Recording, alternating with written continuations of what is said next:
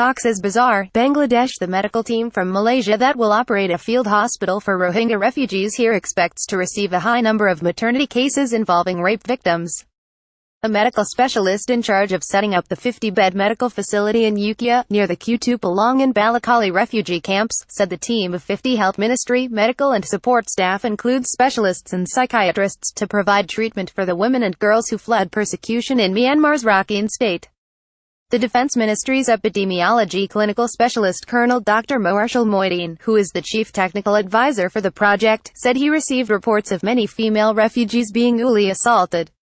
He said this contributed to hundreds of thousands of Rohingya Muslims being forced to cross into Bangladesh to seek refuge. From the situation on the ground, we expect to receive a high number of cases, especially for gastroenteritis ulcers due to the refugees' unsanitary living conditions, as well as maternity cases.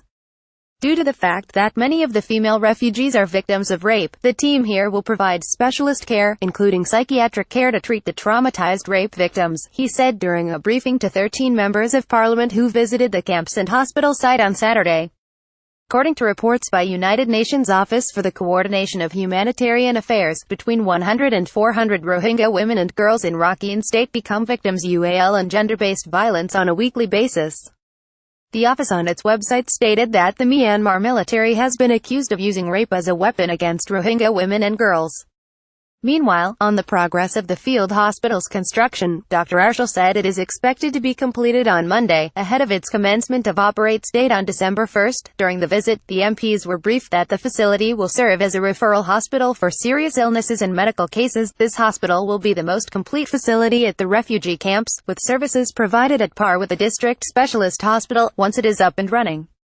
It will also receive patients who are referred here by district hospitals around the area. The hospital will be able to provide specialist care including surgery and treatment for infectious diseases, said Dr. Arshal in the briefing to the MPs, led by Dewan Rakyat Deputy Speaker Datuk Seri Dr. Ronald Kiindi, who spent about 30 minutes overseeing the construction works.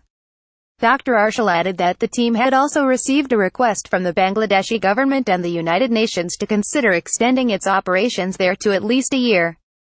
Earlier, the elected representatives from Barisan Nasional, PA and PKR visited the Balukhali refugee camp, which currently houses 621,000 Rohingyas. They spent about 3 hours observing the refugees' living conditions and delivered basic necessities and blankets to 300 families. In his speech when launching a Malaysia-sponsored madrasa at the camp, Deputy Transport Minister Datuk Aziz Kaprau, who is Sri Gading MP, told the refugees that Malaysians will always be there for them. He said the Malaysian government carries the aspiration of its citizens who want the Rohingyas' rights to be defended. Our Prime Minister took the issue of the Rohingyas up to the U.S. President. We will be with you until the end, he said.